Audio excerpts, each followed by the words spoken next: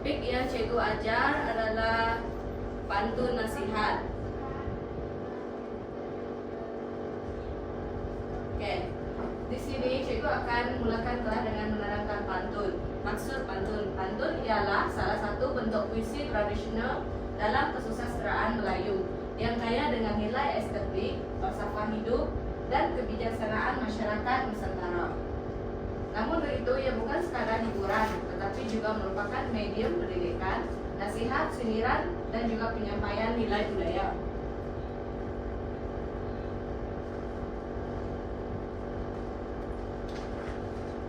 Oke, next. Cikgu akan tanya apa itu pantun. Pantun ialah puisi Melayu tradisional yang terdiri daripada rangkap 4 baris dengan 2 baris pertama sebagai pembayang dan 2 baris terakhir sebagai maksud. Pembayang ini merupakan kata-kata yang manis untuk membuatkan pantun tersebut menjadi lebih menarik dan menarik minat orang ramai. Dan baris terakhir merupakan sebagai maksud dalam pantun. Seterusnya adalah rima. Rima merupakan lazimnya berpola AB yang menjadikan pantun indah dan mudah diingati.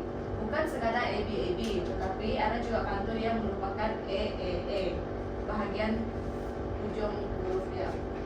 Untuk fungsi, pantun digunakan dalam majelis adat, pergaulan, permainan tradisional, serta sebagai alat komunikasi halus dalam masyarakat.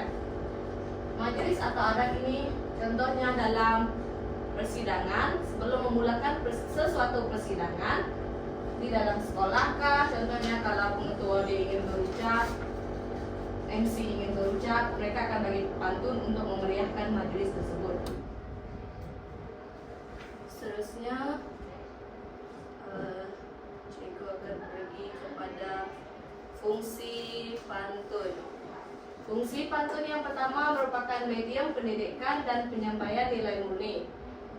Jika dilihat pada hari ini, kebanyakan masyarakat akan membuat pantun untuk menyampaikan sesuatu perasaan terhadap seseorang ataupun terhadap masyarakat yang mereka ingin berkomunikasi. Yang kedua, pantun juga merupakan komunikasi dalam adat dan juga pergaulan.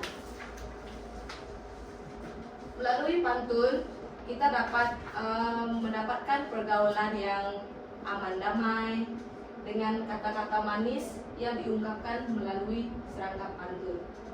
Dan yang ketiga, pantun merupakan hiburan dalam majelis dan permainan bahasa. Dan yang terakhir, pantun merupakan warisan budaya dan identiti bangsa Melayu. Inilah menyebabkan wujudnya kesusastraan Melayu. Pantun dalam kesusastraan Melayu. Bukan pantun, banyak lagi puisi-puisi tradisional yang wujud dalam sastra Melayu seperti sajak, syair, talibun, dan juga dan lain-lain. Dan saya akan pergi ke slide yang terakhir, yaitu contoh pantun.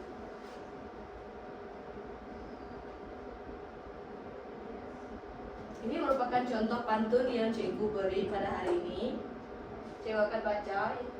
Pergi ke taman memetik melati, melati putih harum baunya. Jika ingin hidup diberkati, jujur dan amanah jadikan budaya. Maksudnya, kalau kamu orang lihat, pergi ke taman memetik melati. Melati merupakan bunga yang sangat cantik dan juga berwarna putih. Putih melambangkan kesucian. Yang terakhir, angka 2 baris yang terakhir merupakan pembayang maksud bagi pantun ini. Jika ingin hidup diberkati, maksudnya kalau kamu nak hidup kamu itu diberkati dan disegani orang ramai, kamu perlu jujur dan amanah dalam masyarakat. Maksudnya kamu jangan menipu orang. Ini maksud pantun. Dan cikgu ada satu contoh pantun.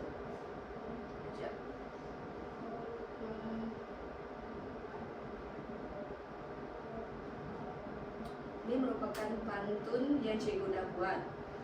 Untuk rangka pertama, cikgu akan baca dan kamu akan salin.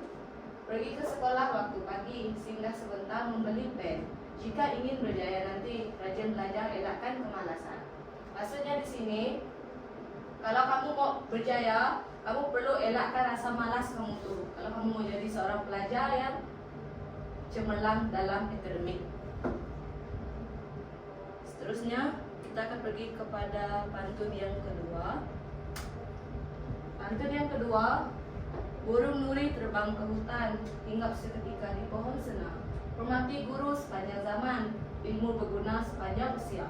Maksudnya di sini, kalau kamu hormat cikgu kamu, ilmu yang dia sampaikan tuh akan masuk ke diri kamu. Maksudnya kamu tak, kamu tidak menyakitkan hati guru tuh. Maksud kamu tak mengkhianati dia. Bagi pantun yang ketiga adalah pagi hari memetik delima, disimpan rapi dalam raga.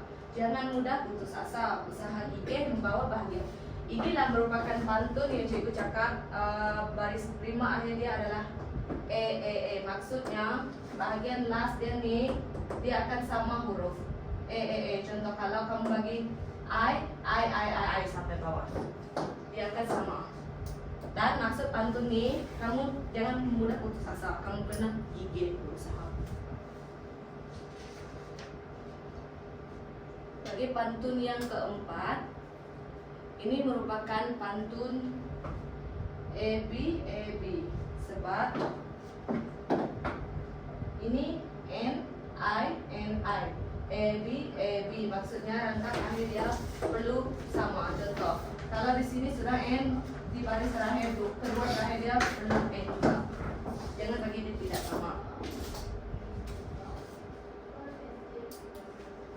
Dan pantun yang terakhir adalah berbunyi seperti ini. Pergi ke ladang memetik tebu manis dibelah dua. Rajin belajar menambah ilmu agar hidup tidak merana. Tahu maksud pantun ni kau? Oke, cikgu terangkan dekat sini. Maksud pantun yang terakhir, kalau kamu rajin belajar dalam kelas kau, di luar kelas kau, selepas pembelajaran habis, kamu pasti akan berjaya suatu hari nanti. Ini maksud agar hidup tidak merana. Itu maksudnya. Maksudnya kamu akan berjaya suatu hari nanti. So, jadi kalau kamu mau berjaya, jadi jangan malas belajar. Oke, semua paham kan apa yang cikgu ajar untuk topik hari ini? Paham cikgu. Oke, masa cikgu udah habis. Jadi cikgu akan bagi kamu orang kerja rumah nanti.